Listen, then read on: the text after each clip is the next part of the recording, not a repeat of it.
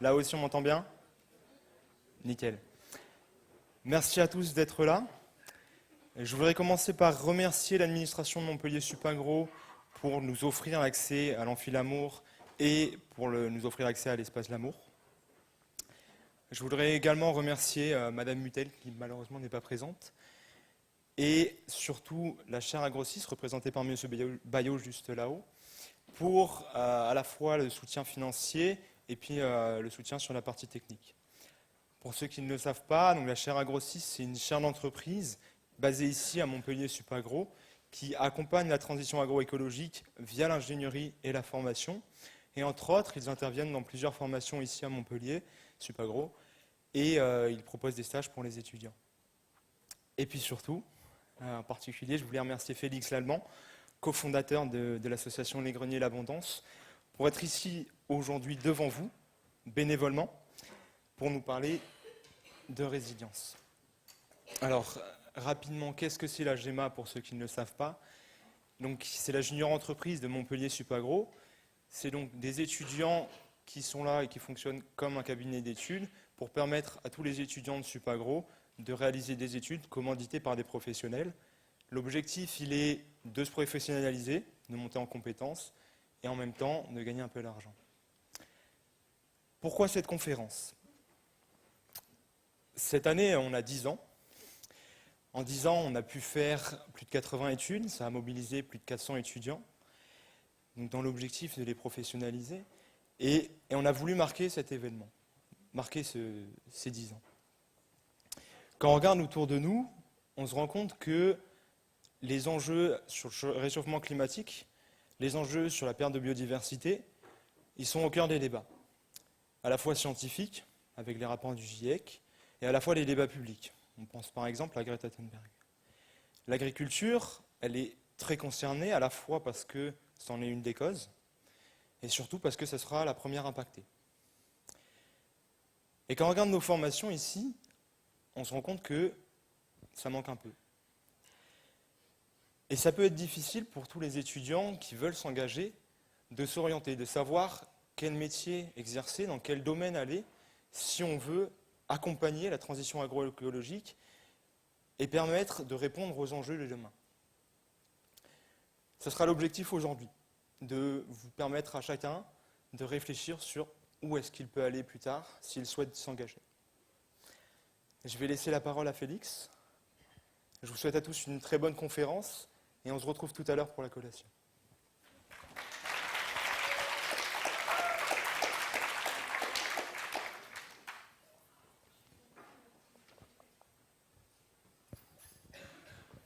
Merci beaucoup Mario. Donc rapidement, j'ai pas fait de l'agro, moi j'ai fait une thèse en écologie végétale au Muséum d'histoire naturelle à Paris, mais j'ai travaillé sur les symbioses mycorhiziennes, que je pense qu'ici tout le monde doit connaître, plus sur un aspect fondamental, pour comprendre vraiment comment se mettait en place ce genre d'interaction. Mais pendant ma thèse et déjà avant, je réfléchissais pas mal aux questions un peu de transition écologique au sens large, de comment comment on allait faire face aux différents problèmes que Mario a pu rappeler. Et donc à l'issue de ma thèse, il y a un an à peu près, j'ai fondé donc une association avec un ami, Arthur Grimont-Pont, qui s'appelle Les Greniers d'Abondance, et dont l'objet c'est l'étude des voies de résilience de nos systèmes alimentaires, et notamment comment on fait pour les mettre en place à l'échelle locale, plutôt au niveau des territoires, et nous on s'intéresse plutôt au cas français pour le moment. Donc voilà, c'est un peu l'histoire de cet assaut. Et l'idée c'est notamment de profiter un peu des municipales à venir en 2020 pour essayer de porter cet enjeu de la résilience, notamment des systèmes alimentaires, au cœur des débats qui pourraient y avoir à ce moment-là, et engager les personnes à se mobiliser sur ces questions, tout en leur donnant un petit peu des voies à explorer. Donc, en guise de commencement, on peut partir sur un petit yaourt à la fraise, d'une marque connue, dont vous avez la liste d'ingrédients ici, que vous pouvez retrouver notamment sur des sites comme Open Food Facts. Et si on regarde un petit peu donc, les ingrédients du yaourt, on retrouve sans trop de surprise en premier ingrédient du lait, avec différents dérivés du lait, de la poudre, de la crème, etc. Donc du lait, pour en produire, il vous faut des vaches. Donc en France, ça va être en particulier des exploitations de type des Primolstein, qui vont avoir accès donc à des pâtures.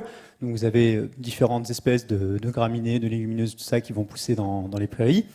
En plus de ça, la vache reçoit certains compléments, des céréales, des oléagineux comme le soja pour complémenter certains acides aminés. Donc il y a d'autres espèces végétales qui interviennent dans la ration de l'animal et donc au final dans la production du yaourt. Donc on a une partie du soja qui est importé par exemple d'autres pays, comme des pays d'Amérique latine. Après, en général, le blé, le maïs, il est plutôt produit soit sur l'exploitation, soit pas très loin. Ensuite, le lait, il est pas utilisé comme tel dans le yaourt, il est envoyé donc, dans une laiterie où les différents composants sont séparés. Donc il y a pas mal de machines assez complexes qui permettent de faire ces opérations, avant d'aboutir donc aux différents ingrédients finaux qui vont être utilisés pour le yaourt. Donc en plus de ça, on a des fraises, dans le yaourt à la fraise. Donc la plupart de celles qui sont utilisées aujourd'hui dans l'industrie agroalimentaire, en tout cas en France, puis dans une bonne partie de l'Europe, elles sont produites plutôt dans des pays plus chauds, notamment en Espagne, dans le sud de l'Espagne, donc avec des systèmes assez intensifs pour produire les quantités de fraises qui sont utilisées derrière par les industries. Mais en tout cas, on a encore une espèce végétale qui est ici mise à contribution. On en a une autre avec le sucre. Donc là, c'est par exemple du sucre qui est issu de betteraves sucrières faites en Picardie ou dans la Beauce et qui sont derrière transformées dans une sucrerie. Donc avec encore une fois des procédés industriels assez complexes pour permettre d'aboutir au produit final. Et en plus, si on continue, on a du jus de carotte. Bon, là, on fait des carottes. Amidon transformé de maïs, ça aussi, ça fait intervenir une autre usine, une amidonnerie qui permet de séparer donc, différents composants de composés amylacés comme le maïs, le blé, d'autres céréales. Et on a d'autres, dans les épices, on a encore deux espèces qui interviennent. Le gar, qui est une légumineuse qui est pas mal cultivée en Inde ou au Pakistan, et les carragénanes, qui sont des composants gélifiants issus plutôt de la culture d'algues rouges, notamment en Asie du Sud-Est comme aux Philippines. Donc vous voyez qu'il y a pas mal d'espèces qui interviennent là-dedans. Et donc avec tout ça, on a nos ingrédients, et évidemment à la fin, on a l'usine de transformation finale qui permet donc de mélanger tout ça, de faire des yaourts, de les conditionner, les emballer, etc. etc. Donc vous voyez qu'au final, on a à peu près 10-12 espèces, qui, je ne laisse pas toutes citer, mais qui interviennent dans la composition de ce yaourt-là. On a 4, 5, voire plus d'usines qui permettent d'assembler tous les ingrédients, soit de les obtenir, donc, soit de les assembler au final. On a entre les deux tout un tas de transports, par exemple les citernes qui vont ramener le lait, donc des transports assez complexes, réfrigérés, etc. Donc tout ça vous montre que derrière un simple yaourt à la fraise, qui est assez banal finalement, il y a une complexité très forte de notre système alimentaire qui s'exprime donc à travers ces différents éléments dont je vous ai parlé. Et ça, en fait, c'est une partie seulement de notre système alimentaire, qui est en fait encore plus complexe que ça, parce que si vous prenez par exemple, je sais pas, le maïs qui a servi à nourrir en partie la vache qui a produit le lait, eh bien, pour produire ce maïs, on a employé, enfin déjà il a fallu s'approvisionner en semences de maïs, souvent des semences hybrides donc faites par une entreprise spécialisée dans la production de semences. Il a fallu utiliser des produits phytosanitaires, donc encore une autre entreprise spécialisée dans ce genre de produits, des engrais qui sont dérivés de tout un tas d'intrants en fait agricoles qui ne sont pas produits directement par l'agriculteur, mais qui dépendent donc d'autres acteurs du système alimentaire. Et de la même façon, avant d'arriver dans votre assiette, il y a tout un processus de distribution qui passe par différentes entreprises. Ça peut être la grande distribution, ça peut être des petits commerces de quartier, mais d'autres acteurs en fait qui interviennent dans le système. Et puis à la fin, on a l'étape vraiment à proprement parler du repas, l'acte de manger, et l'acte derrière d'excréter ce qu'on a mangé, parce que à chaque fois qu'on mange un truc, derrière, on excrète les nutriments qu'on a mangés. Et donc ça aussi, la gestion de nos déchets, ça fait partie du système alimentaire quand on le prend vraiment dans sa totalité. Donc à travers ce schéma, vous voyez que vraiment la question de l'alimentation ne se résume pas du tout à celle de la production de nourriture en tant que telle, donc vraiment à l'étape ferme, mais englobe tout un tas d'autres activités qui sont en fait essentielles au bon fonctionnement du système. Alors aujourd'hui, notre système alimentaire, il a les caractéristiques en fait de notre société industrialisée, il est lui-même industrialisé. Vous voyez qu'il y a plein d'usines qui interviennent à différentes étapes du processus dans la fabrication de nos aliments. Et tout ça en fait est très complexe. Enfin, il y a personne qui commande l'ensemble de la chaîne de production. Il y a une division verticale du travail qui est assez forte. Et donc tout ça voilà, montre des liens de dépendance entre les différents acteurs du système. Alors, comment on est arrivé à ce système donc, dit industrialisé? En fait, il y a eu une période donc, de l'histoire de l'humanité agricole qui a été assez importante, c'est la Révolution verte. Donc là, je pense que je ne vais pas vous apprendre beaucoup de choses, je passe rapidement. La Révolution verte qui a eu lieu en gros après la Seconde Guerre mondiale, ça repose sur plusieurs grandes, pas forcément innovations, mais en tout cas plusieurs grands aspects techniques qui ont permis au rendement d'augmenter fortement. Donc d'une part, la maîtrise de l'irrigation. Donc ça, c'est notamment dû à l'utilisation de pompes hydrauliques, de tubes sous pour pouvoir irriguer, ou même l'édification de barrages. Pensez par exemple au barrage d'Assouan en Égypte, donc construit dans les années 60-70, qui a permis donc aux agriculteurs égyptiens de s'affranchir de la variabilité naturelle de la disponibilité en eau due aux crues du Nil. Et donc ça permet en fait de cultiver toute l'année. Donc maîtrise de l'irrigation, qui est donc l'eau souvent un facteur limitant dans la croissance des plantes. Un autre facteur limitant, ce sont les nutriments, donc par exemple azote, potassium, phosphore, et l'utilisation en fait d'engrais minéraux a permis de lever très facilement ce facteur limitant dans beaucoup d'agrosystèmes. Donc vous le savez, les engrais minéraux, ils dérivent, en tout cas en ce qui concerne par exemple le phosphore et le potassium, de pierres, enfin de roches riches en ces éléments, souvent des évaporites, donc qui sont exploités dans des carrières réduites en poudre, puis après éventuellement traitées chimiquement avant d'être utilisés au champ. Et ces engrais minéraux ont en fait l'avantage d'être très rapidement disponibles pour les plantes et de donner comme ça un boost de croissance assez fort. Donc ça c'était pour plutôt phosphore et potassium, les engrais disons extraits de la croûte terrestre. Et puis il y a une révolution aussi au niveau des engrais, c'est la synthèse des engrais azotés à partir du diazote atmosphérique. Donc l'atmosphère est pleine d'azote, et en gros, au début du XXe siècle, on a mis au point un procédé industriel qui a permis de fixer cet azote atmosphérique pour en faire des formes réduites, comme de l'ammoniac, comme de l'urée, qui peuvent être derrière utilisées en tant qu'engrais azoté. Et ça a été une vraie révolution qui donc, a permis de booster les rendements de manière très importante. Alors, quand on a comme ça un système qui donne aux plantes de l'eau à profusion, des sels minéraux à profusion, les plantes ne sont pas forcément capables d'exploiter ces ressources directement. En fait, il y a eu tout un travail de sélection aussi des variétés de plantes pour sélectionner les meilleures, celles qui produisaient le mieux à partir de ces nouvelles ressources disponibles. Donc tout un travail de sélection variétale et qui a abouti à donc beaucoup plus d'homogénéité finalement dans les variétés cultivées au sein du système actuel. Donc en parallèle, les races animales ont aussi subi un processus de sélection très marqué avec donc, des animaux beaucoup plus productifs qu'ils ne l'étaient avant. Mais ce processus de sélection, il s'est fait donc plutôt en favorisant l'aspect productif.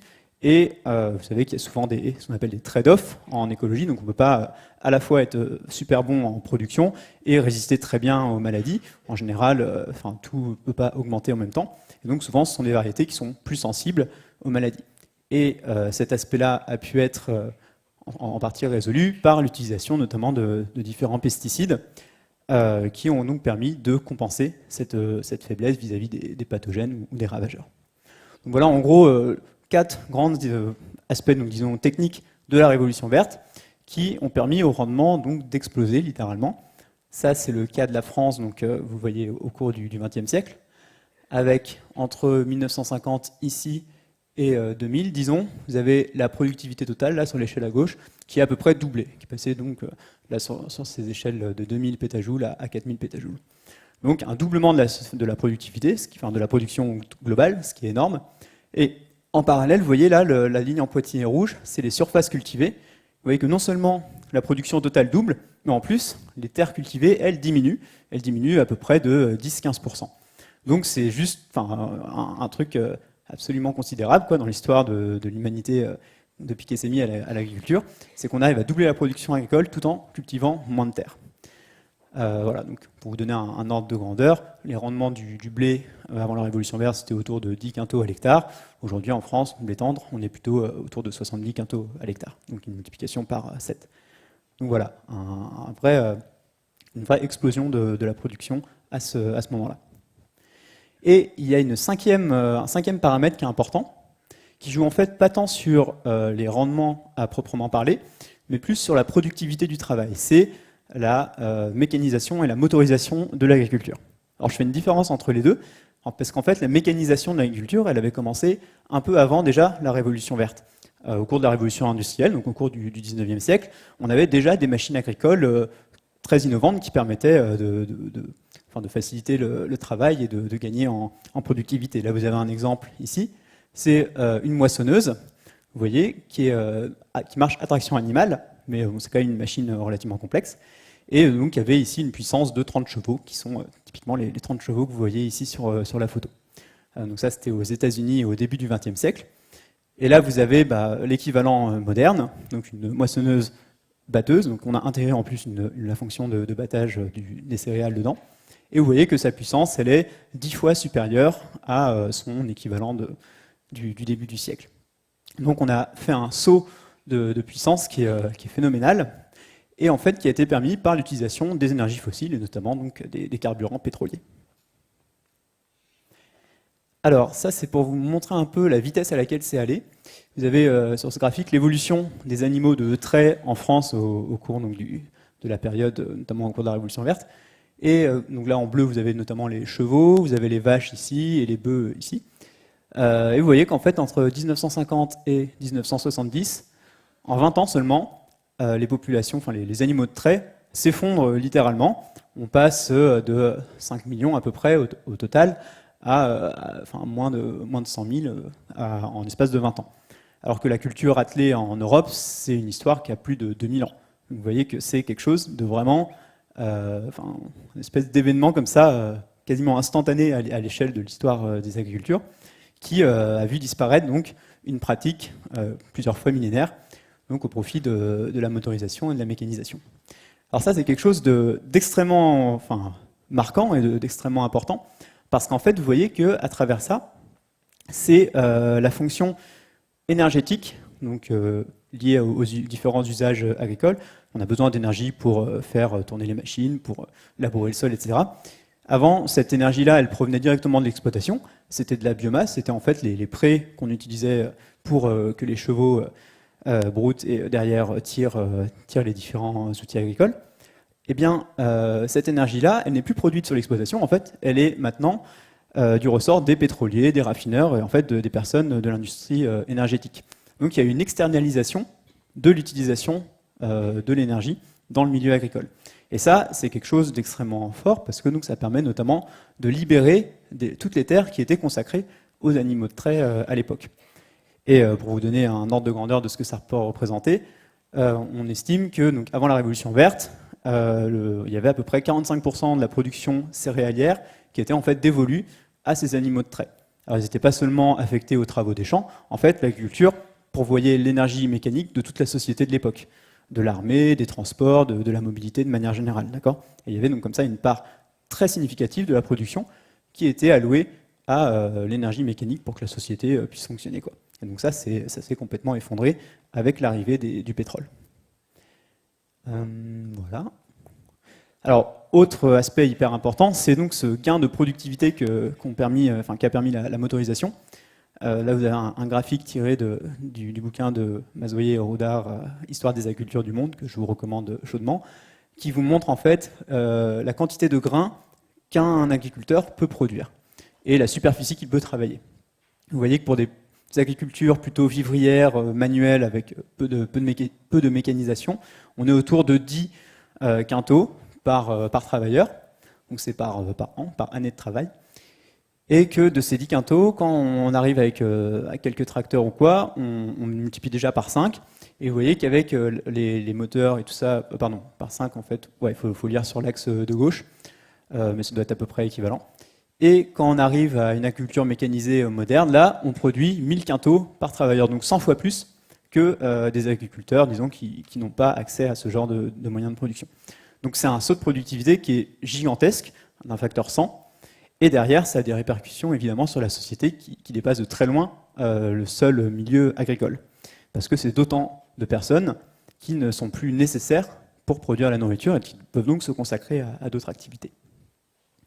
Alors justement, c'est ce qui s'est passé vraiment dans l'exemple en France.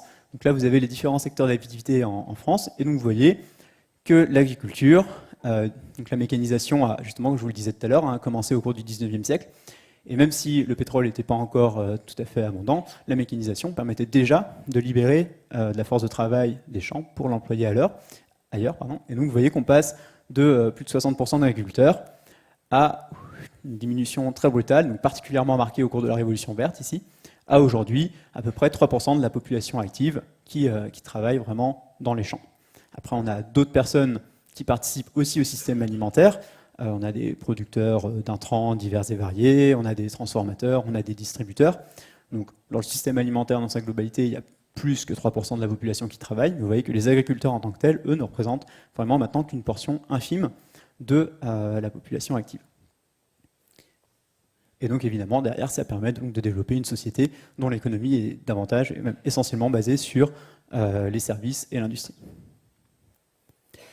Alors une autre conséquence importante de cette révolution verte, c'est sur les régimes alimentaires. Donc là vous avez deux photos d'un photographe qui s'appelle Peter Menzel, qui vous montre en fait la nourriture qu'une famille consomme pendant une semaine, avec dans un cas une famille en Bolivie ou en Équateur, je crois que c'est en Bolivie, et ici une famille aux États-Unis.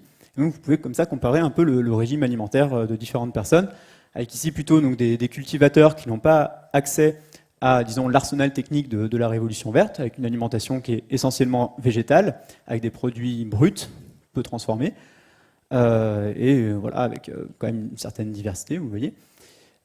Et puis derrière, l'alimentation plutôt des pays qui, eux, ont poussé la révolution verte et l'agriculture industrialisée, où vous avez donc beaucoup plus de produits animaux, produits laitiers, viande, etc. Vous avez beaucoup de produits transformés, donc une activité de transformation qui est très forte. Et bon, ça ne se voit pas forcément sur ces photos, mais vous avez aussi beaucoup plus d'aliments sucrés, beaucoup plus d'aliments gras. Donc vous voyez qu'il y a aussi une transition alimentaire qui a accompagné cette révolution verte.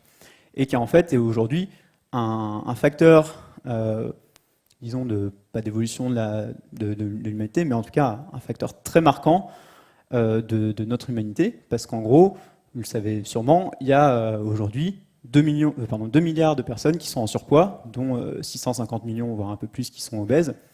Et en parallèle de ça, vous avez toujours aujourd'hui plus de 800 millions de personnes qui souffrent vraiment de la faim, donc qui ont un déficit de calories, au moins au cours de... Enfin, pas tous les jours, mais au moins dans une bonne partie de l'année. Et à côté de ça, vous avez aussi tout plein de personnes qui souffrent de diverses carences, en fer, en iode, en protéines et tout ça. Quand vous mettez toutes ces personnes avec celles qui souffrent vraiment de la faim de manière quantitative, vous arrivez aussi à 2 milliards. Donc vous avez 2 milliards de personnes qui sont soit sous-nutries, soit malnutries, et 2 milliards qui sont trop nourris. Ce qui fait qu'en fait, aujourd'hui, la moitié de l'humanité a des problèmes liés à sa façon de s'alimenter. Donc finalement, l'un des défis de la Révolution verte, qui était de nourrir convenablement tout le monde, vous voyez qu'aujourd'hui, on n'a pas encore réussi à atteindre cet objectif. Il y a beaucoup de progrès qu'on peut faire à ce niveau-là. Ok, alors petit bilan de cette partie. Donc on a vu que notre système alimentaire moderne, il était extrêmement complexe. Il était industrialisé, comme le reste de notre société, avec qui était issu de la Révolution verte, avec différents aspects techniques, l'irrigation, les engrais de synthèse, les engrais minéraux, la sélection de variétés à haut rendement, les pesticides et la motorisation de l'agriculture. Ça a eu des conséquences très importantes sur notre société. Le fait qu'aujourd'hui on puisse justement tenir cette conférence et qu'on ne soit pas une bonne partie d'entre nous à travailler dans l'agriculture, c'est une des conséquences directes de cette révolution verte. Et derrière, donc, il y a eu plein d'impacts, notamment sur la transition des régimes alimentaires. Alors justement, cette forte augmentation des rendements, notamment végétaux, nous a permis donc de nourrir beaucoup plus d'animaux. Donc là, vous avez un petit graphique qui est maintenant assez connu, je ne sais pas si vous l'avez tous déjà vu ou pas, qui vous montre en fait la masse totale des mammifères terrestres, avec au centre les humains, là en bleu, et en marron tous les animaux d'élevage. Donc on est seulement sur les mammifères, pas sur l'ensemble des vertébrés, donc on n'aura pas par exemple les poulets. Mais vous voyez que les humains et leurs animaux d'élevage en fait occupent quasiment toute la place et que les animaux sauvages représentés ici avec les petits carrés verts sont réduits à quelques pourcents, à peu près 5% de la masse totale des mammifères. Donc j'insiste, terrestres, on ne prend pas aussi en compte les baleines et les autres mammifères marins, on est vraiment sur les mammifères terrestres, mais les proportions ne changeraient pas drastiquement. Et donc c'est pour vous montrer vraiment l'emprise qu'a notre espèce et les espèces qui ont coévolué avec elle sur le reste de la biosphère. C'est vraiment quelque chose de majeur, de pas du tout anecdotique. Alors, évidemment, ça a des conséquences sur les espèces qui sont à côté. Marion en parlait tout à l'heure. On assiste aujourd'hui à la 6e extinction massive du monde vivant, donc avec des espèces qui disparaissent à un rythme qui est semblable à ceux des grandes extinctions géologiques qui ont jalonné un peu l'histoire de la vie sur Terre. Et non seulement les espèces disparaissent, mais en plus de ça, les effectifs, donc les populations, elles aussi, fondent à vue d'œil. Vous avez ici 2 exemples en France. C'est dans le dernier rapport là, du Conseil général au développement durable sur la biodiversité. Vous avez donc une étude qui a fait pas mal de bruit, notamment sur le déclin des oiseaux en France, où il y a à peu près 30% d'oiseaux qui ont été... les populations d'oiseaux ont diminué de 30% en l'espace de une vingtaine d'années. Et pareil, là sur les chauves-souris, c'est un peu moins médiatisé, mais vous avez une diminution de 40% en 10 ans, ce qui est juste un effondrement total des populations de chauves-souris en France. C'est assez dramatique. Vous avez cette étude allemande aussi qui a fait pas mal de bruit, là, où ils ont vu que 3/4 des insectes avaient disparu en l'espace de 27 ans, dans des zones plutôt préservées, dans des parcs naturels et des choses comme ça. Ce qui montre que le déclin est vraiment très généralisé, quoi. Il n'est pas restreint à certaines zones, mais c'est un effondrement de la biodiversité qui est total et qui est majeur. Donc, une des causes principales de tout ça, on le sait, en fait, c'est notre aménagement du territoire et nos pratiques culturelles, avec des paysages très homogènes, souvent, qui offrent peu de niches écologiques aux différentes espèces. Et en plus de ça, donc l'utilisation de produits qui sont évidemment destinés à lutter contre différents pathogènes ou ravageurs et qui, de fait, sont toxiques pour une bonne partie de la biodiversité. Donc tout ça a des effets très importants donc, sur le reste des espèces. Et nous souligne une première vulnérabilité du système alimentaire tel qu'il est aujourd'hui, qui est en fait cette biodiversité, en retour, a une fonction dans les agrosystèmes. On sait qu'un tiers de la production alimentaire mondiale à peu près dépend des pollinisateurs en termes de calories, mais derrière ces cultures-là, qui sont souvent aussi des cultures vivrières ou des cultures maraîchères, qui apportent en fait beaucoup de nutriments et de choses intéressantes d'un point de vue nutritionnel. Donc on sait que ces cultures-là sont clairement vulnérables, menacées par le déclin de la biodiversité, notamment donc, des différents pollinisateurs.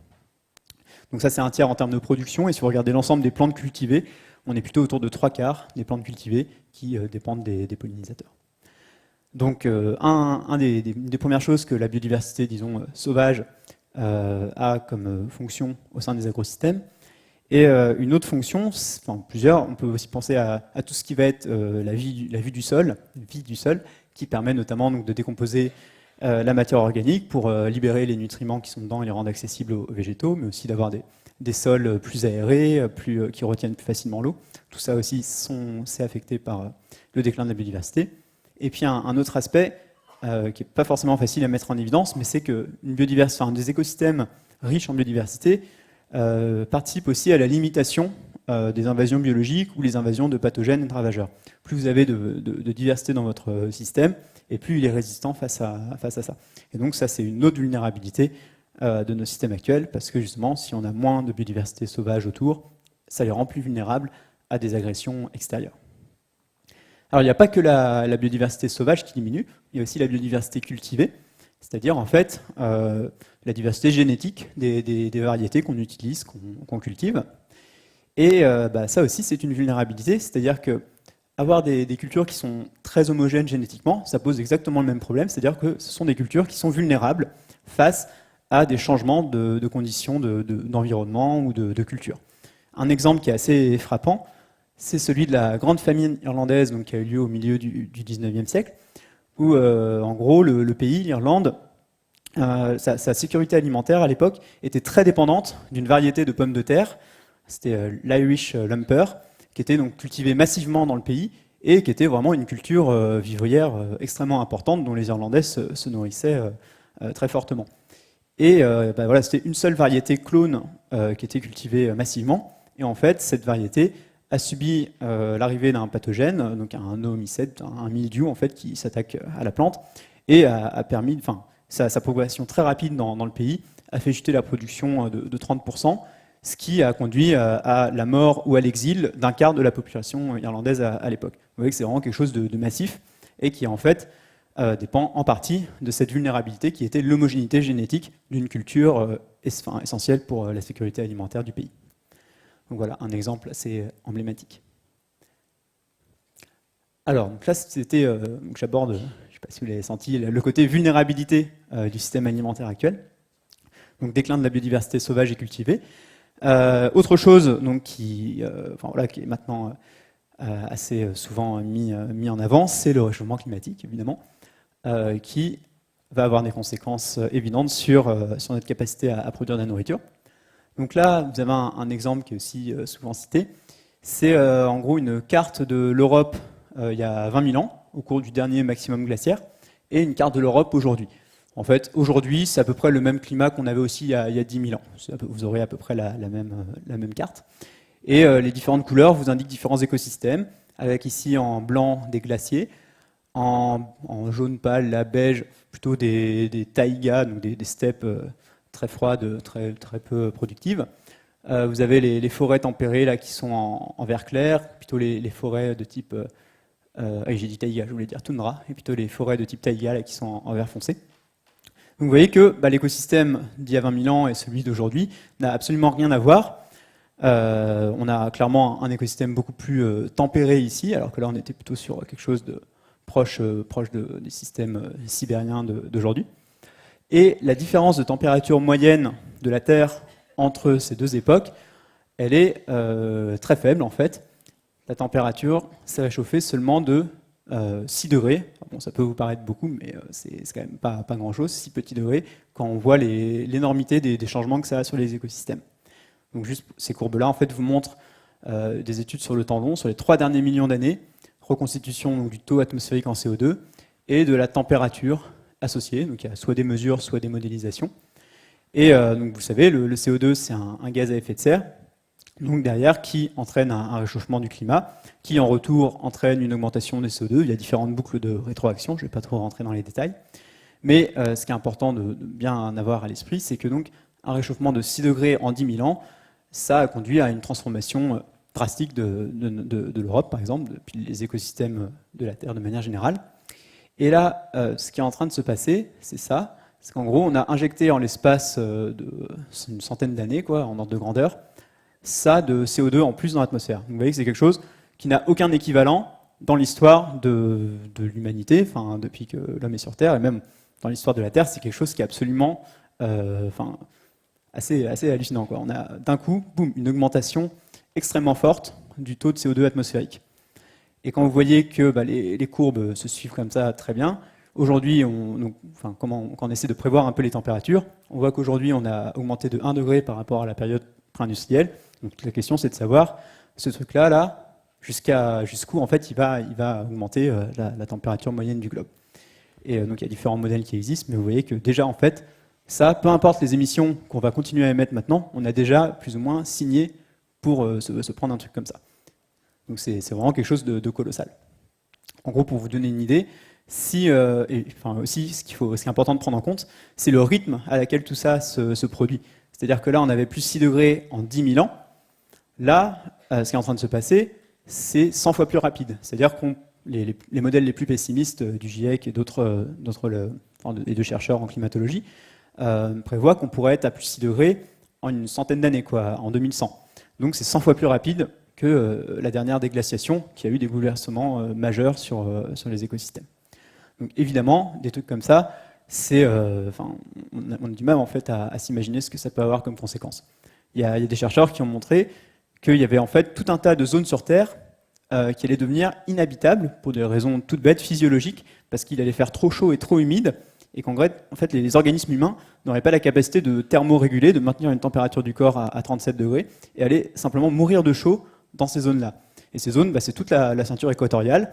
Donc c'est une bonne partie de l'Amérique du Sud, de toute l'Afrique équatoriale, et puis toute l'Asie du Sud-Est, l'Inde et tout ça. En fait, ça correspond à peu près aux 3/4 de l'humanité qui, si dans le pire des cas de scénarios de réchauffement, se trouverait dans des situations où en fait soit elles meurent sur place, soit elles sont obligées de fuir cet endroit-là parce que les conditions de vie sont physiologiquement intenables. Donc heureusement, ce genre de scénario, c'est les plus pessimistes. On ne va pas forcément s'y diriger, en tout cas, c'est une histoire de dignité humaine de faire en sorte que ça ne se produise pas. Et en revanche, il va quand même se passer des choses auxquelles il va falloir se préparer. Et ça, notamment, ça concerne l'agriculture. Donc là, je vous remonte le graphique de l'évolution de la production en France. Vous voyez qu'il y a quelques chaos ici en 76, 2003, 2016, pendant lesquels, ces années-là, on a vu la production globale qui a chuté d'environ 20%. Et en fait, vous voyez que ça correspond à des événements climatiques extrêmes, donc une sécheresse en 76. Je pense qu'il n'y en a pas beaucoup qui l'ont vécu, celle-là ici. On a une autre sécheresse en 2003 qui a par contre fait beaucoup plus parler d'elle, notamment avec la canicule qui a suivi au cours de l'été. Et puis les inondations de 2016, beaucoup plus récents, notamment une bonne partie des plaines céréalières ont vu les récoltes pourrir sur pied, et avec donc comme ça des rendements, des chutes de rendement qui sont impressionnantes, de l'ordre de 20%. Ces événements climatiques extrêmes sont évidemment amenés à gagner à la fois en fréquence et en intensité au fur et à mesure que le climat global se réchauffe et donc que les perturbations augmentent. Alors les inondations, c'est peut-être pas très intuitif, mais en fait, le réchauffement climatique, il a tendance à exacerber ce qui existe déjà en termes de précipitations. C'est-à-dire que les zones sèches deviennent encore plus sèches et les zones humides deviennent encore plus humides. Parce qu'en fait, les océans, quand il fait plus chaud, vont davantage évaporer et donc vont intensifier le régime des précipitations qui sont derrière. Alors, concrètement, en France, à quoi on peut s'attendre? Donc ça, c'est un scénario d'évolution de la sécheresse des sols, donc vraiment concentré sur les sols, dans un scénario où le réchauffement serait entre 2 et 4 degrés d'ici 2100. Donc, ce qui est un scénario plutôt ce vers quoi on se tourne si on fait quand même quelques efforts. Ce n'est pas le scénario le plus extrême, le plus pessimiste. Vous voyez quand même que en 2055, on a un bon paquet de la carte qui commence à être en rouge. Ça veut dire quoi? En gros, le rouge ici, ça veut dire que le niveau moyen de sécheresse des sols correspond au niveau de 2003, pendant la sécheresse de 2003, là où il y a eu moins 20% de production totale en France. Donc ça, c'est le niveau moyen au cours de l'année de ces sols-là. Et ça, c'est en 2085. Donc en gros, toute la France se retrouve avec une sécheresse permanente, physiologique, physique des sols. Et donc ça, c'est seulement les scénarios, la sécheresse moyenne des sols. Donc imaginez ce que serait un événement climatique extrême en 2085. Si ça, c'est disons, l'état moyen de sécheresse, à quoi correspondrait aujourd'hui une canicule de 2003 dans ce genre d'environnement-là? Donc autant vous dire que l'agriculture ne serait peut-être même pas possible dans le cas d'une canicule en 2085 dans pas mal d'endroits en France. Donc ce genre de truc, clairement, même si on fait tous nos efforts pour réduire un maximum nos émissions de gaz à effet de serre, il va falloir les anticiper, il va falloir se préparer à modifier nos pratiques culturelles pour s'adapter à ce genre d'évolution. Ok, donc ça c'était pour le climat. Alors, pourquoi en fait les pires scénarios du GIEC, les pires scénarios de réchauffement, ne vont pas forcément se produire? C'est peut-être parce qu'on n'aura pas les ressources suffisantes pour en gros avoir l'activité économique qui entraîne les émissions de gaz à effet de serre qu'on connaît aujourd'hui. Une des principales raisons pour ça, c'est qu'on risque de se confronter à un manque de ressources énergétiques avant cela. Donc là, c'est juste pour rappel, c'est en gros, ça vous montre l'évolution de la consommation énergétique mondiale. Juste pour vous rappeler qu'aujourd'hui, l'essentiel de notre énergie, là, le 2, le 3 et le 4, ce sont des énergies fossiles. Le 2, c'est le charbon, le 3, c'est le pétrole, le 4, c'est le gaz naturel. Donc 80% de notre consommation d'énergie aujourd'hui, ce sont des énergies fossiles. On est complètement dépendant de ce type d'énergie aujourd'hui pour notre activité économique.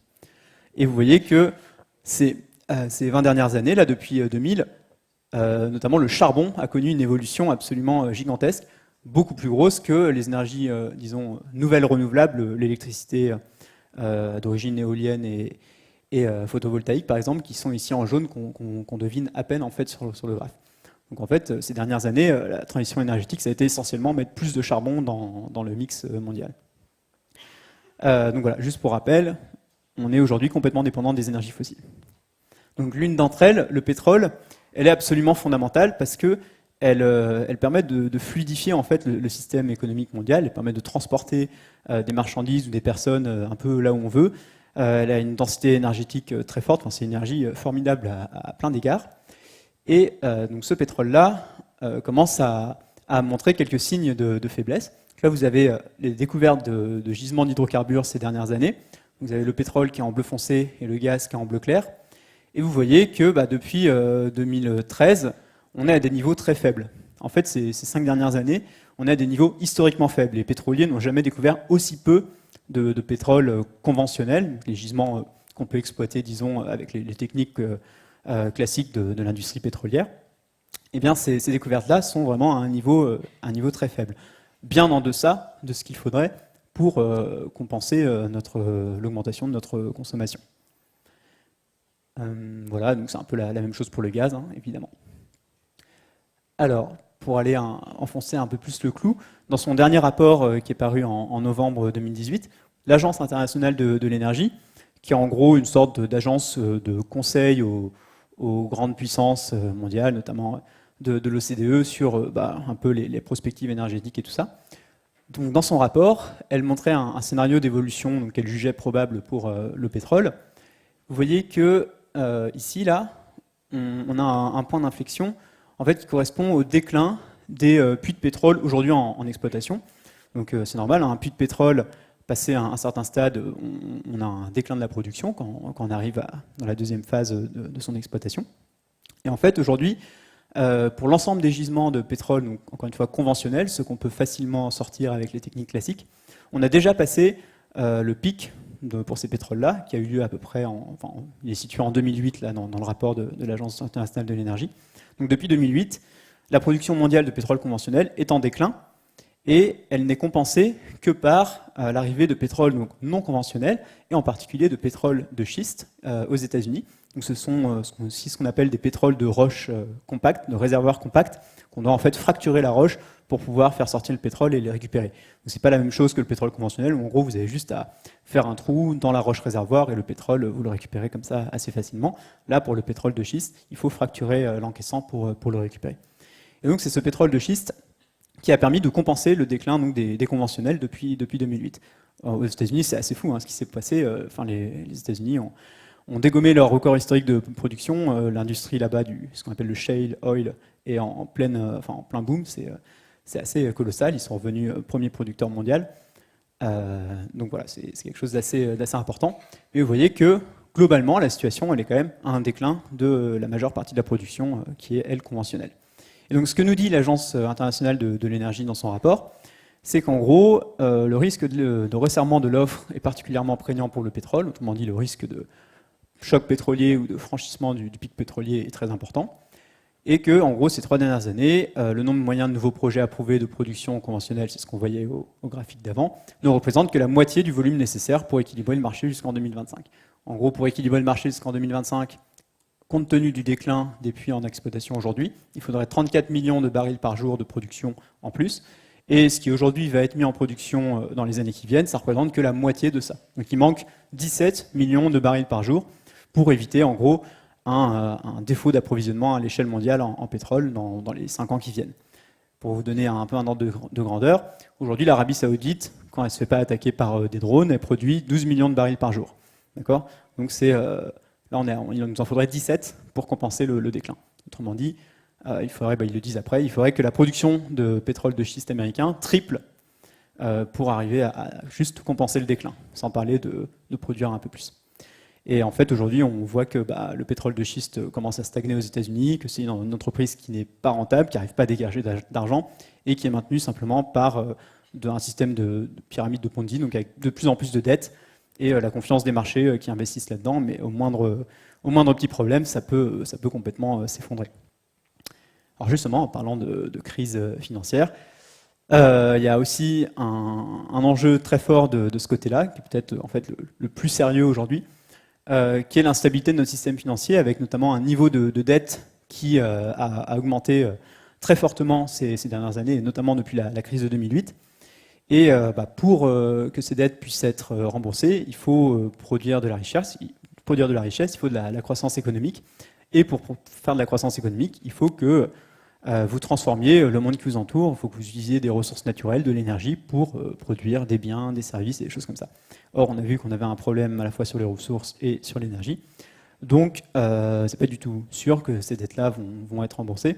Et aujourd'hui, on a, très récemment, en fait, des analystes pensent qu'on est en train de vivre en ce moment même des symptômes pré-crise, un peu comme il y avait eu en 2008, où la Banque fédérale américaine injecte des dizaines de milliards de dollars dans les banques privées là-bas pour les maintenir à flot, et que ce genre de truc ne peut pas durer très très longtemps. Donc, on va voir comment ça va évoluer, mais c'est quelque chose de très sérieux, qui derrière, en fait, concerne aussi le système alimentaire, parce que, évidemment, si on a des faillites d'entreprises un peu dans tous les sens, étant donné les interdépendances qu'on avait évoquées avant, avec toutes ces entreprises qui fournissent certains éléments cruciaux aux fermes ou certaines entreprises de transformation, de distribution, eh bien, on imagine bien les impacts que peut avoir une crise économique sur l'intégrité du système alimentaire dans son ensemble. Sans parler derrière de la paupérisation générale que ça peut avoir pour les populations, qui se retrouvent en fait simplement dans l'incapacité d'accéder à la nourriture parce que juste elles n'ont plus assez d'argent pour ça. Donc d'un point de vue sécurité alimentaire, c'est aussi super important. Je ne l'ai pas dit avant pour le pétrole, mais évidemment le pétrole, la raréfaction du pétrole, le franchissement du pic pétrolier, c'est quelque chose qui est aussi un élément de vulnérabilité de premier ordre pour le système alimentaire. Alors pour l'agriculture, on le comprend bien, ça fait moins de carburant pour les tracteurs, pour faire les travaux des champs. Mais les tracteurs, c'est moins de 10% de la consommation des carburants en France, c'est quand même pas grand-chose, donc on peut se dire on va quand même allouer l'essentiel du pétrole pour que l'agriculture puisse quand même produire. Mais derrière ça, il faut aussi penser que les énergies fossiles, notamment le gaz naturel, sont indispensables à la synthèse des engrais azotés dont je parlais au début. Les usines qui fabriquent les engrais azotés de synthèse sont très gourmandes en gaz naturel pour faire cette production-là qui est très énergivore. Et derrière, en fait, tout le système alimentaire dépend de flux logistiques, de marchandises, ou même nous, pour nous déplacer, pour aller au magasin, pour aller à la ferme, acheter nos produits, on dépend d'un système de transport qui aujourd'hui est basé sur le pétrole à plus de 95%. Donc évidemment, un problème au niveau de l'approvisionnement en pétrole, ça peut avoir des répercussions extrêmement fortes et très rapides sur l'approvisionnement alimentaire. C'est, je crois, à Montpellier, là, au début du mouvement des Gilets jaunes, il y a eu, à cause des blocages des différents axes routiers, il y a eu rapidement des pénuries, des ruptures de stock sur certains produits dans les supermarchés. On a eu le même cas à Paris avec quand il a neigé il y a 1 an et demi. Pareil, blocage de certains axes importants et rupture très rapide en fait dans les supermarchés. Ok, donc petit bilan de cette partie-là. On a vu qu'il y avait donc des points de vulnérabilité extrêmement saillants dans notre système alimentaire. J'ai évoqué certains qui me paraissent parmi les principaux, donc la chute de la biodiversité à la fois sauvage et cultivée, le changement climatique, la raréfaction des énergies fossiles et le risque de crise financière. Mais on pourrait aussi parler de l'artificialisation croissante des terres agricoles, avec de plus en plus de béton qui est mis notamment sur les terres les plus fertiles qui se trouvent en périphérie des villes. La dégradation en fait physique des sols, avec une érosion qui est importante, supérieure à la capacité de renouvellement des sols, puis même une pollution chimique qui se crée aussi. On a notamment une étude récente à montrer que des microparticules de plastique qui se retrouvaient dans les sols avaient un effet néfaste sur la germination des herbes, sur les populations de vers de terre qui s'y trouvaient, etc. Donc des pollutions qui peuvent rester très longtemps et compromettre la production évidemment d'alimentation à terme. On aurait pu parler du déclin de la population agricole en tant que telle, en fait du nombre d'agriculteurs. Ça aussi c'est quelque chose qui est tout con, mais si on n'a plus de personnes pour produire de la nourriture, on produit moins de nourriture. Et aujourd'hui, vous savez peut-être, on a à peu près, je crois, on a un tiers des agriculteurs qui risquent de disparaître d'ici une dizaine d'années si en gros on ne multiplie pas par 3 le nombre d'installations actuelles. Donc le métier est vieillissant, n'attire pas suffisamment de personnes, et donc on a un vrai problème sur le renouvellement de la population agricole. Voilà, on pourrait parler aussi du pic de phosphore, qui est donc un des éléments nutritifs essentiels aux plantes, qui est utilisé dans les mix d'engrais minéraux, là, les NPK, et qui sont en fait extraits donc, de certains gisements en fait, relativement restreints à l'échelle du globe, avec des grosses réserves notamment au Maroc, et qui en fait sont une ressource finie, qui sont issus de la fossilisation de matière organique il y a plusieurs millions d'années, et donc qui présentent aussi une limite. Donc voilà, on pourrait parler de la croissance de la population, on pourrait parler de plein de choses en fait qui montrent qu'aujourd'hui, le système alimentaire fait face à une convergence de crises finalement, qu'en fait chacune prise indépendamment, isolément, pourrait être suffisante pour le déstabiliser fortement. Pensez à ces cartes là, du changement climatique. Rien que ça fait quand même un peu froid dans le dos. Mais là, on rajoute en fait toutes les crises d'un coup. Et on se rend compte donc qu'il y a une multitude de menaces qui sont là et qui nous imposent donc de réfléchir de manière assez large. Pas simplement avec une solution qui pourrait répondre à tout, mais avec plutôt un cadre d'analyse qui prend en compte toutes ces vulnérabilités et qui essaye d'apporter des réponses qui soient les plus globales possibles. Et ça, c'est ce qu'on essaie de faire avec donc, l'approche, le concept de résilience, qui est en gros la capacité d'un système, par exemple le système alimentaire, à subir une perturbation et à maintenir malgré tout ses fonctions essentielles, typiquement produire de la nourriture pour la population. Donc en gros, c'est pas résister à tout prix à la perturbation en restant comme on est, mais c'est plus s'adapter à la perturbation, quitte à se transformer, à évoluer, mais tout en maintenant quand même un peu une production de base en ce qui concerne le système alimentaire. Donc ça, ce concept de résilience, il est super important, parce qu'en gros, vous voyez bien qu'on est dans l'incertitude totale sur ce dont demain sera fait. On sait que les conditions sur lesquelles le système alimentaire industrialisé s'est construit ne sont plus remplies à l'avenir, parce que moins de pétrole, parce que moins d'engrais minéraux, parce que moins d'eau pour faire pousser les plantes, enfin tout ça, on l'a bien vu.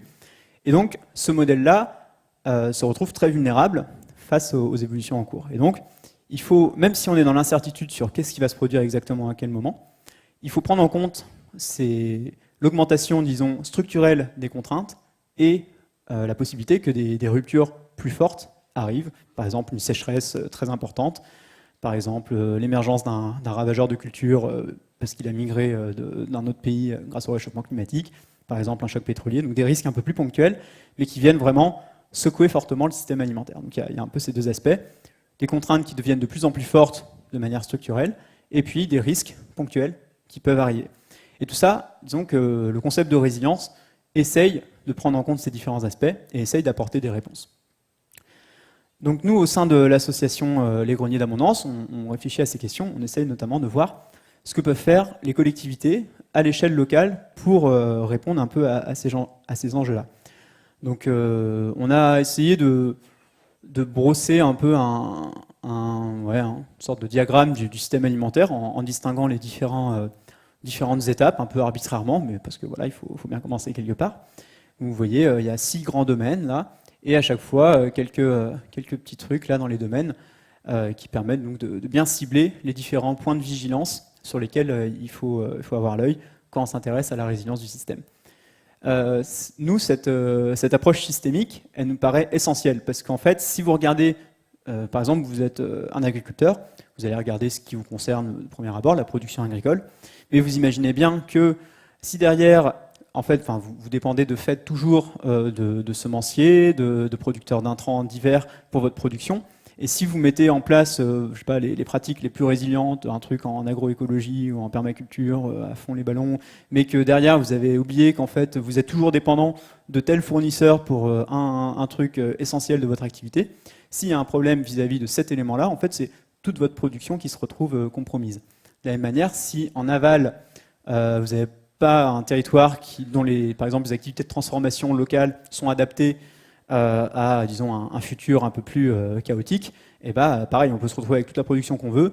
Si on ne peut pas la distribuer sur le territoire ou faire de l'huile ou de la farine parce que juste les moulins sont trop loin, ne marchent pas parce que pour X ou Y raison, vous voyez que le problème est entier.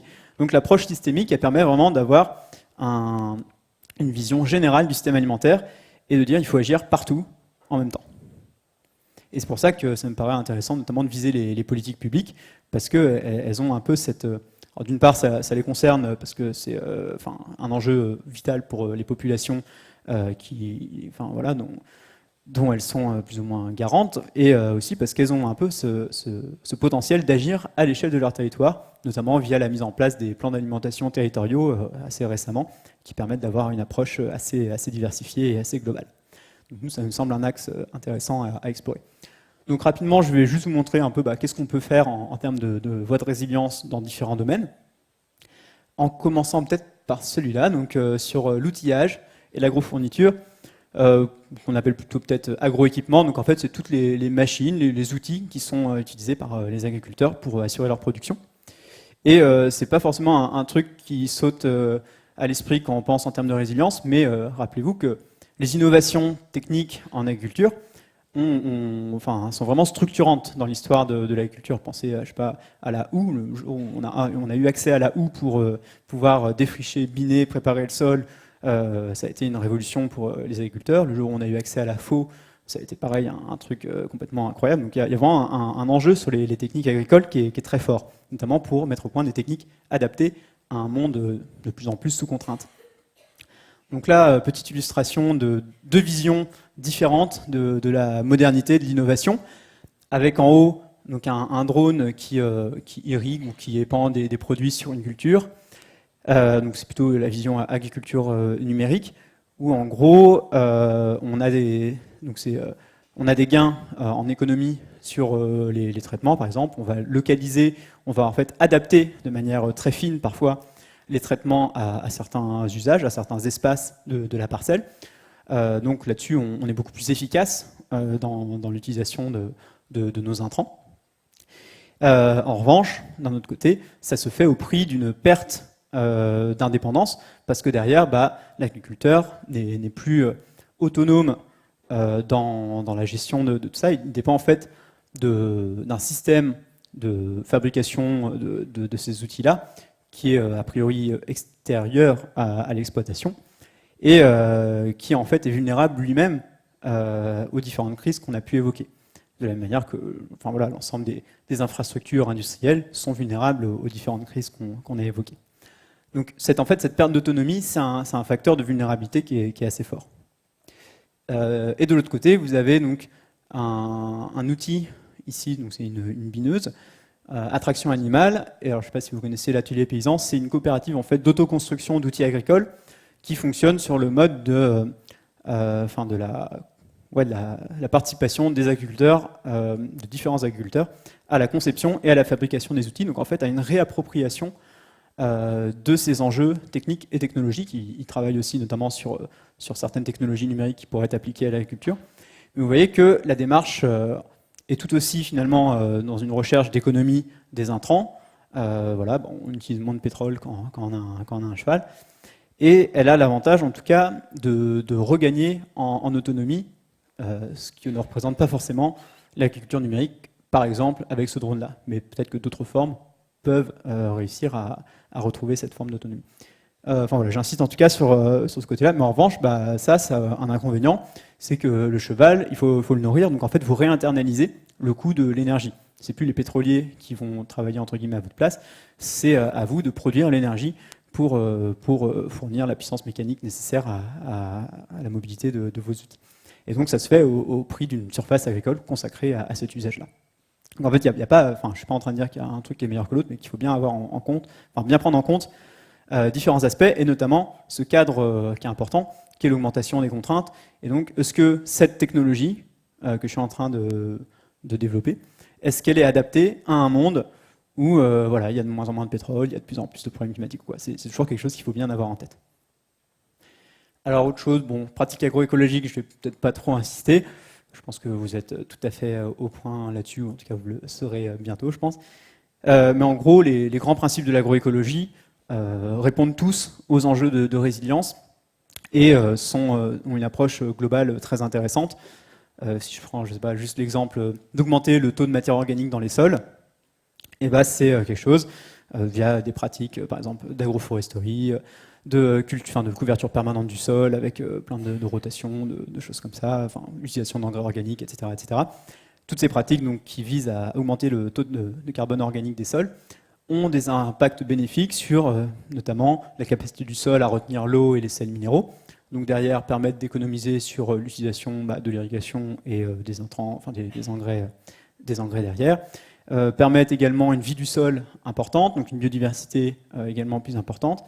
Permettent avec je pense à quoi oui, permettent avec les problèmes de gaz à effet de serre de stocker une partie du carbone et donc ce qu'on appelle de réduire un petit peu aussi les problèmes climatiques. Enfin, voilà, il y a plein d'aspects positifs qui sont à chercher du côté de ces pratiques, donc rassemblées autour du terme agroécologie, qui correspond plus ou moins à une approche en termes d'écosystème de la question agricole.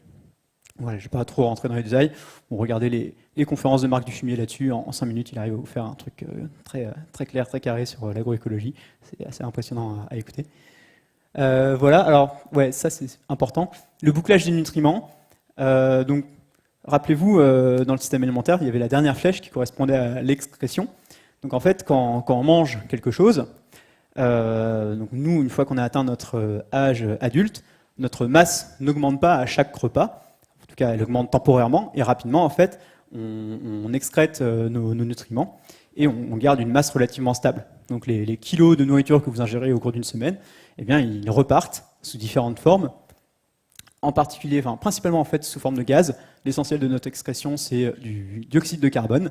Donc l'essentiel de notre masse qu'on perd, c'est par la respiration. Et puis, on a pas mal de nutriments aussi qui sont excrétés notamment via l'urine et aussi un peu par les matières fécales, mais vous voyez que finalement l'urine concentre l'essentiel des nutriments et notamment azote, phosphore, potassium. C'est plutôt pas mal parce que c'est ceux dont on a besoin pour faire pousser nos plantes.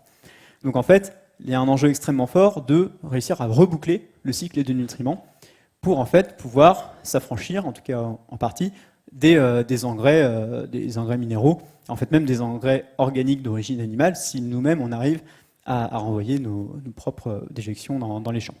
Alors ça se fait aujourd'hui, en France ça se fait un peu, via le recyclage de certaines boues issues du décantage des eaux de stations d'épuration, mais c'est pas encore très développé. Il y a d'autres pays où ça se fait beaucoup plus, comme en Suède, comme en Chine, au Vietnam, etc.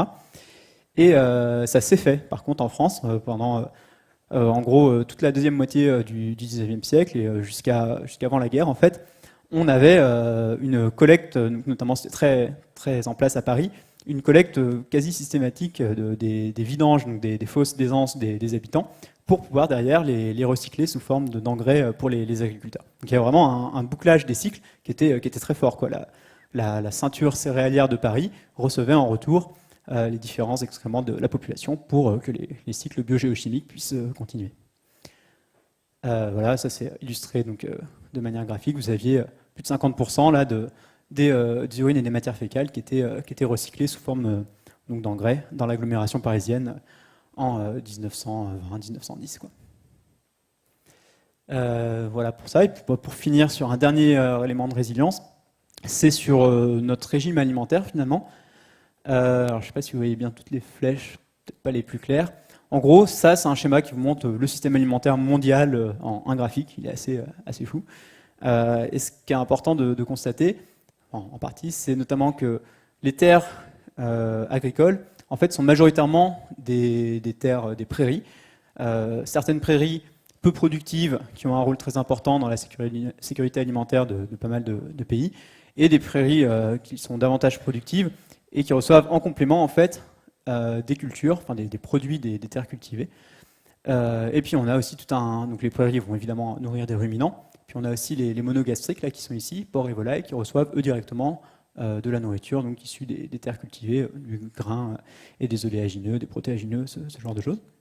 Donc vous voyez qu'en fait l'essentiel de nos cultures, enfin pas essentiellement, en tout cas une petite moitié de nos cultures ici est destinée à l'alimentation animale, et donc derrière à la production de produits laitiers, de viande, etc. Alors qu'en revanche, ces produits animaux-là contribuent très peu, ici là vous le voyez, les petites flèches rouges, à la nourriture vraiment disponible par l'humanité, ce qui est normal parce que les animaux sont des hétérotrophes comme nous, il y a un rendement métabolique de l'ordre de 10%, donc forcément on a des pertes énergétiques au fur et à mesure des chaînes trophiques, c'est très bien illustré ici. Et donc, en tout cas, simplement pour souligner qu'il y a un levier d'action ici qui est extrêmement fort d'un point de vue sécurité alimentaire.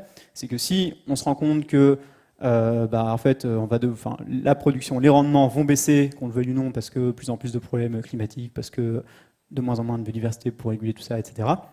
On peut agir sur ce levier-là pour en fait nourrir moins d'animaux d'élevage et nourrir davantage d'humains grâce aux économies qui sont faites à ce niveau-là.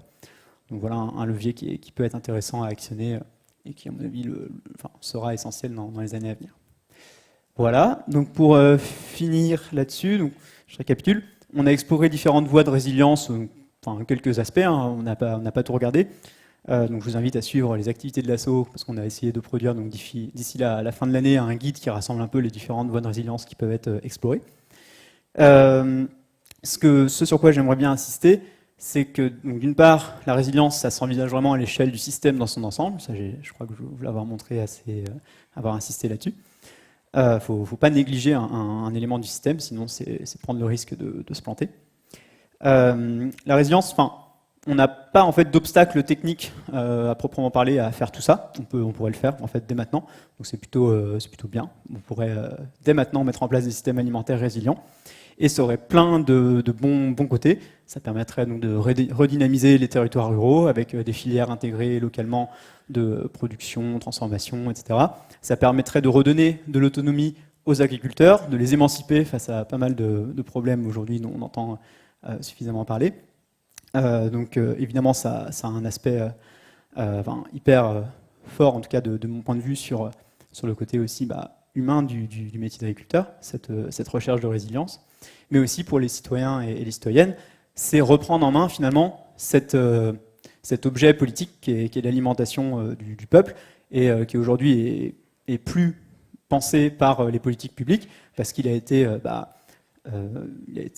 délégué à différents groupes industriels ou groupes, aux agriculteurs, aux transformateurs, aux distributeurs.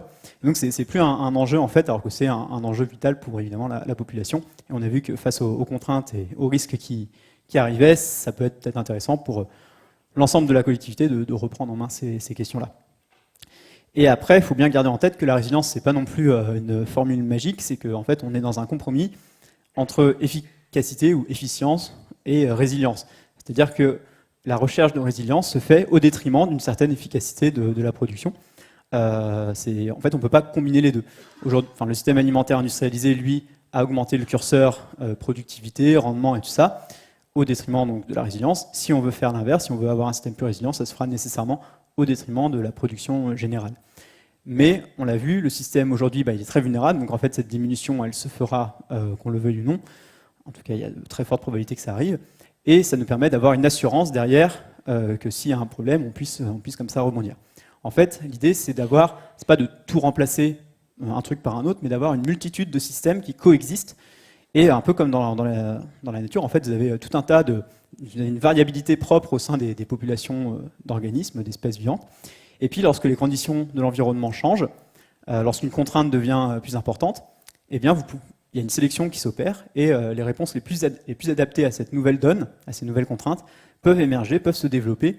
Et en tout cas, si ces choses-là peuvent se faire, c'est parce qu'elles ont été mises en place déjà avant, elles ont été réfléchies avant, et ça existe, et on peut se baser dessus. Donc nous, c'est ça qui nous paraît en fait très important de faire, c'est de semer les graines de résilience pour les contraintes qui peuvent s'intensifier demain. Voilà. Dernier mot peut-être sur le rôle des ingénieurs agro là-dedans. Donc vous, qu'est-ce que vous pouvez faire face à tout ça? De mon point de vue, plein de choses. Vous êtes peut-être la profession pour lesquelles tout est à faire et possible et super enthousiasmant. Je pense que déjà individuellement, c'est important de prendre le temps de se positionner face à tous ces trucs-là, tous ces enjeux, prendre le temps de se construire ses idées, à exercer un peu un regard critique sur les différents discours qui peuvent exister sur tout ça. C'est super important, donc renseignez-vous, lisez des trucs, c'est à mon avis essentiel. Réappropriez-vous aussi certains savoirs, certaines pratiques. C'est pas aller faire des stages, du woofing ou quoi, pour vraiment reprendre en main cette question agricole qui passe aussi avant tout par être dans une ferme et voir à quoi ça ressemble. Et puis on a vu qu'il manquait des agriculteurs, donc voilà, ça peut aussi susciter pas mal de vocations, allez-y.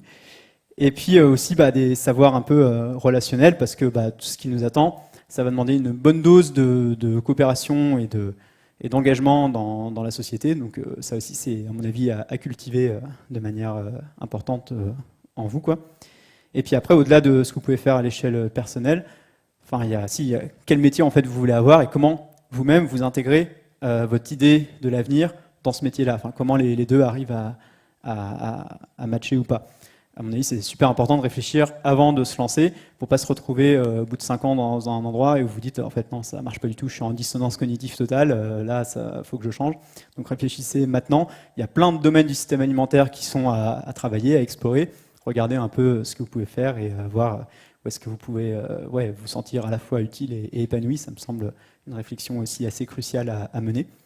Et ne négligez pas, derrière la construction de soi, de son identité et son rapport par rapport à tout ça, l'action collective aussi qui est importante. Donc nous, au Grenier d'Abondance, on essaye de mettre vraiment le paquet là-dessus avec tout ce qui est politique territoriale, implication collective dans ces enjeux-là. Donc ça aussi, c'est vraiment à ne pas négliger. Et puis derrière, on peut créer des zones de résilience, on peut faire tout ce qu'on veut. Si on a un système dominant qui ne prend pas ces questions en compte et qui finalement devient un obstacle, qui détruit plus qu'il ne crée, eh bien, il faut aussi lutter contre finalement des enjeux qui vont à l'encontre de l'intérêt général. Et le militantisme là-dedans a aussi une place importante. Voilà, moi j'ai un peu cette vision avec ces trois pôles. Faire un travail sur soi par rapport à tout ça, regarder ce qui peut se faire collectivement, et puis aussi regarder les luttes dans lesquelles il est important de s'engager aujourd'hui pour ne pas avoir de problèmes plus tard. Voilà, donc j'ai terminé avec tout ça, et je vous invite donc à regarder notre site pour avoir plus d'infos sur plein de trucs. Et voilà quelques lectures que vous pouvez regarder, un choix très restreint, mais qui est assez éclairant. Voilà. Et puis merci beaucoup à la GEMA pour l'invitation, et puis à Christophe pour la régie.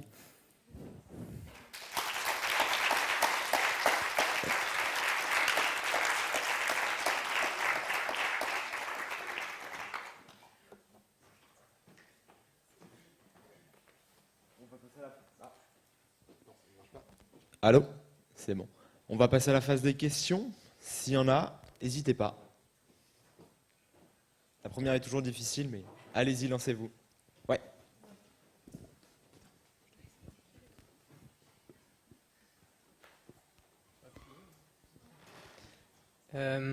Par rapport justement aux multiples systèmes qu'il faudrait en tout cas tester pour essayer d'en avoir au moins quelques-uns qui puissent résister.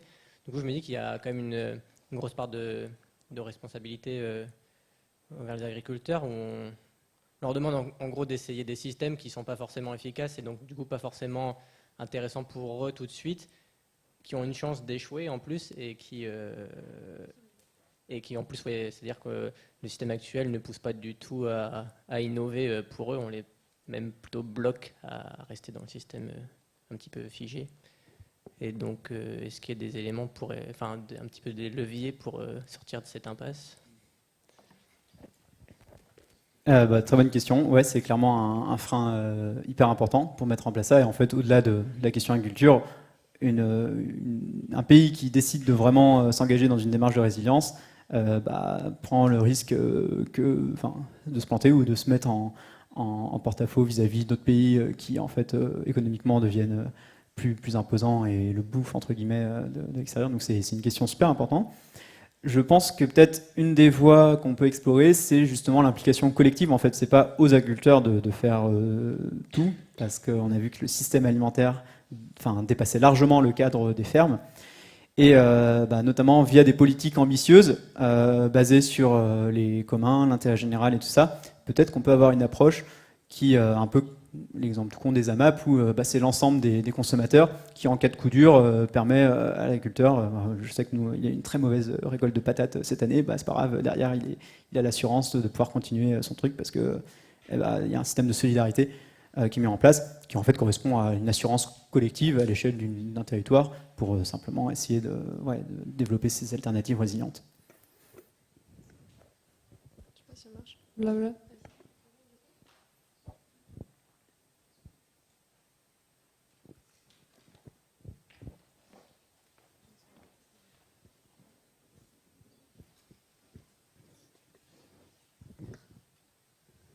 Bonsoir, merci pour la conférence. C'était pour savoir du coup en tant que dans les greniers d'abondance, si vous, du coup vos études sont surtout centrées sur Montpellier. Et plus. En fait, on a un territoire pilote qui est l'agglo d'Angoulême, avec qui donc voilà, on va essayer ils ont un plan d'alimentation territoriale et on va essayer de faire infuser un peu ces questions de résilience dedans. Donc c'est plutôt notre territoire pilote.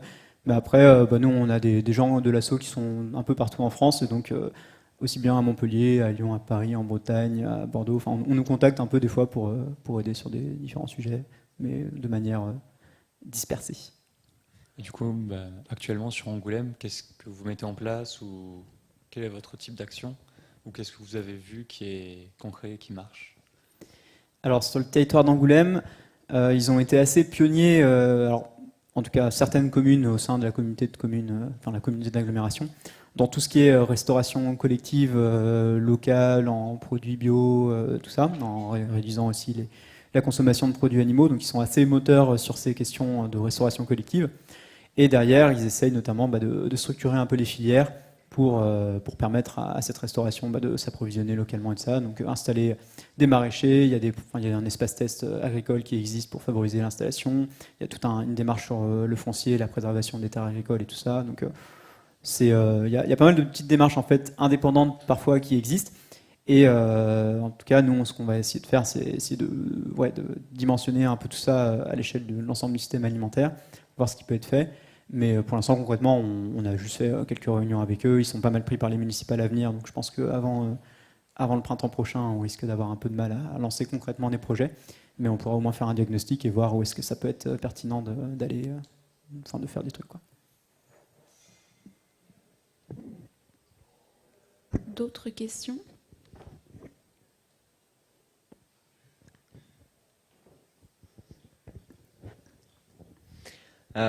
Tu parlais de développer des politiques ambitieuses sur la résilience. Selon toi, quels sont les acteurs qui porteront ces politiques, qui les demanderont? Ça peut être plusieurs acteurs, je pense.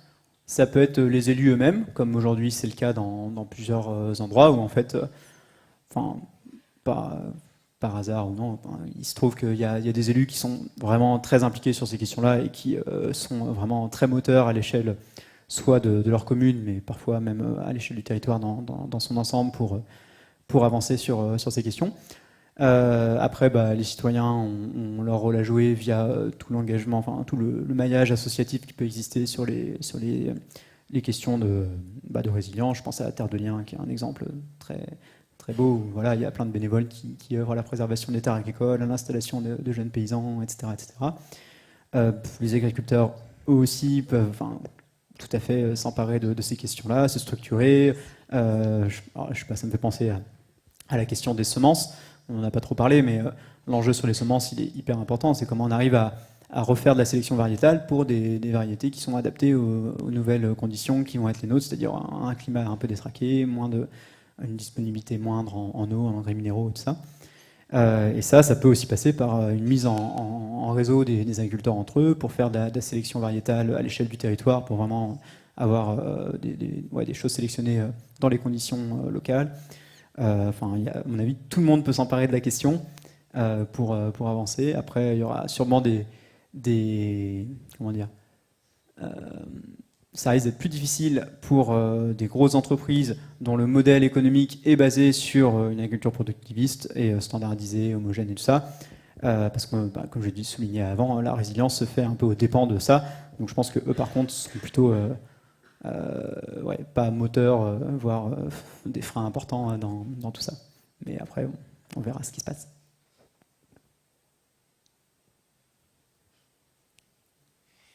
Merci. Je me demandais du coup si on a un projet d'installation et tout, si tu connais des structures qui peuvent justement permettre de faciliter ça, je veux dire en dehors de la PAC et de Terre de Liens, qui sont, qu'on connaît, mais par exemple la PAC, souvent il y a des conditions derrière qui vont pas forcément vers la voie de la résilience. Et du coup, s'il y a des structures pour aider l'installation en termes de fonds. Au niveau du foncier et du financement. Je pense que ouais, bon, Terre de Liens, c'est un bon exemple, il n'est pas à négliger. Après, il y a aussi des systèmes de financement participatif qui existent. Je sais, ça se fait à l'échelle des communes. J'en parlais avec quelqu'un. Il y a eu un film dessus, en fait, un documentaire récent là, sur justement des personnes d'une commune qui mettent, qui mettent de l'argent pour racheter des terres, pour installer un agriculteur. Il y a ce genre de truc qui peut se faire. Après, il faut aussi voir du côté des CIVAM et des choses comme ça de développement un peu agricole et du milieu rural où ils sont aussi très très en avant sur l'installation, sur la réussite des installations et tout ça. Je pense que c'est des personnes à contacter aussi rapidement dans le genre de projet. Puis pourquoi pas aussi les élus en fait, parce qu'il y a une grosse demande aussi maintenant de la part des communes ça. Donc si dès le début, je pense à ça parce que typiquement on a près d'Angoulême un maire qui dit ah ouais mais moi s'il y a un maraîcher qui un jour veut s'installer, je suis à fond pour 100%, je lui file des terres, je lui mets ça parce que nous on voudrait bien mettre ses légumes dans l'école, etc. Bon alors le maraîchage c'est un cas un peu particulier qui est facile, qui trouve, qui est plutôt qui marche plutôt bien en ce moment. C'est peut-être plus difficile pour l'élevage des grandes cultures, mais je pense que ça peut quand même se jouer. Donc regardez déjà aussi localement s'il y a des intéressés et voir si ça peut être porteur. Voilà, quelques idées. Merci. Moi, j'ai une question. Du coup, on parle pas mal du niveau local, des collectivités locales et tout. Et qu'est-ce que tu penses du niveau national, justement, et du lien entre le national et le local? Et ouais, qu'est-ce que tu penses de ça? Alors moi, je suis pas très calé sur ces questions-là. Je pense que tout est à faire en fait. Enfin, faut négliger aucune échelle d'action. Nous, il se trouve qu'on s'est dit on allait plutôt viser les collectivités parce que, déjà, on est que dalle, on est une petite asso, personne ne nous connaît. Si on va commencer à vouloir faire du lobbying à l'Assemblée ou quoi, ça va demander un peu plus de travail. Mais en revanche, je pense que l'échelle nationale et même européenne, avec évidemment la PAC et tout ça, c'est vraiment quelque chose qui peut avoir des effets derrière d'entraînement importants et qui ne sont pas du tout à négliger. Après, concrètement, qu'est-ce qu'on pourrait faire? Là, j'avoue mon incompétence un peu plus sur le sujet. Et est-ce que tu as pu voir des collectivités locales, par exemple, qui sont freinées à cause du national, justement, ou qui ont certains trucs sur lesquels ouais, ils se sont limités à cause de ça? J'ai pas forcément d'exemple en tête, j'aurais même plutôt tendance à avoir des exemples dans l'autre sens, où via des financements européens, via des financements sur les projets d'alimentation territoriale ou quoi, des choses on puisse faire, on puisse lancer. Donc il y a quand même des moyens qui sont mis à disposition, qui sont clairement pas à l'échelle de ce qu'il faudrait faire, mais qui existent néanmoins. Après, si les obstacles, en fait, ils sont institutionnalisés via les financements de la PAC, via les grandes incitations politiques à aller quand même dans une démarche productiviste qui est, on l'a dit, un peu inconciliable avec cette recherche de résilience. Donc c'est plutôt un changement de paradigme qu'il faudra avoir à ce niveau-là.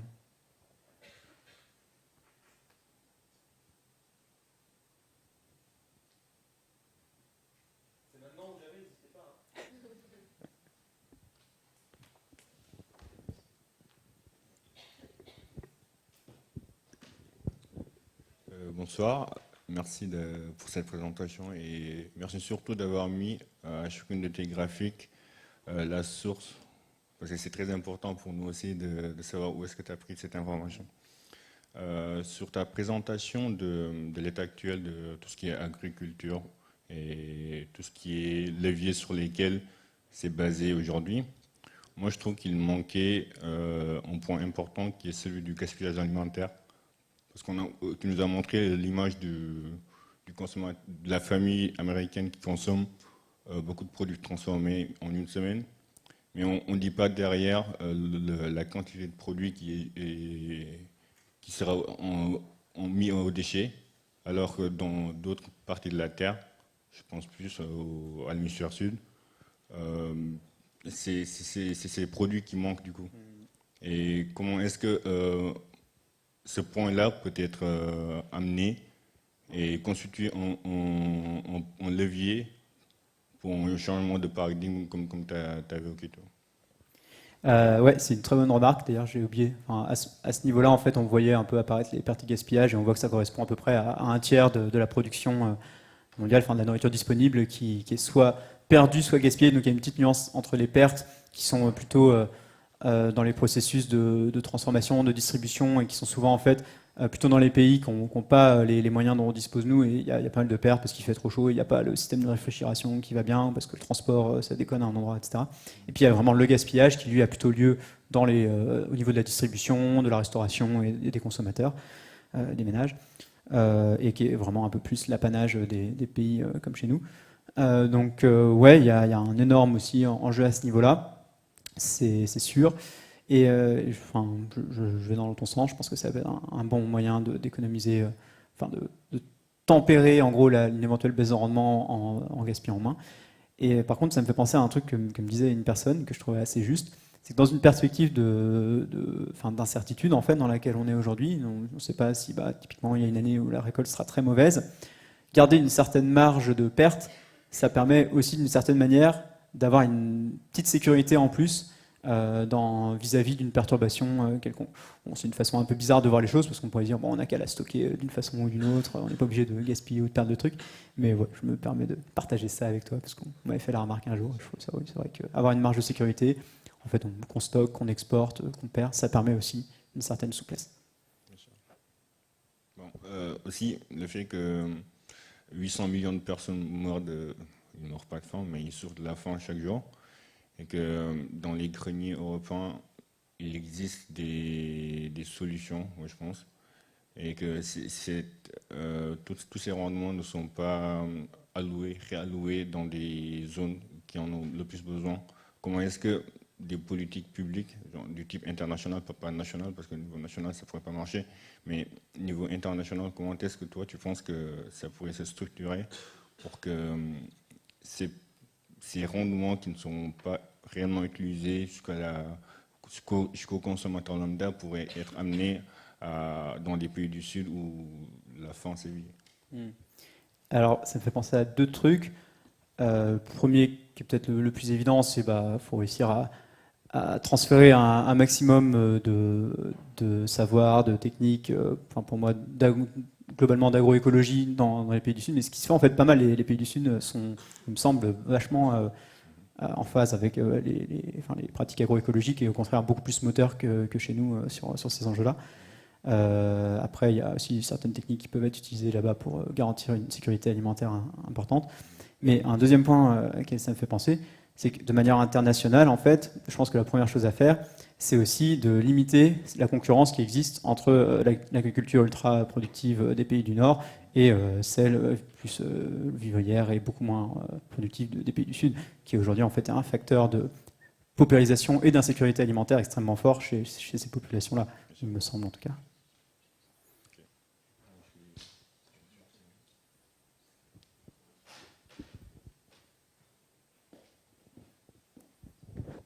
Pour les questions de timing, on n'aura plus le temps de poser de questions. Merci beaucoup, Félix, d'être intervenu, d'avoir répondu à nos questions. Je pense qu'on peut l'applaudir.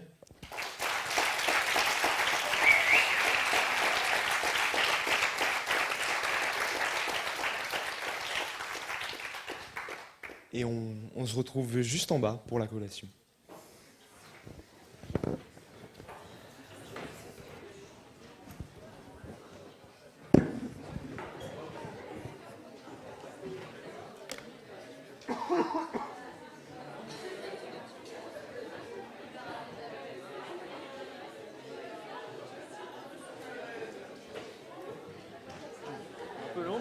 Non, en vrai, je pense que c'est le bon timing.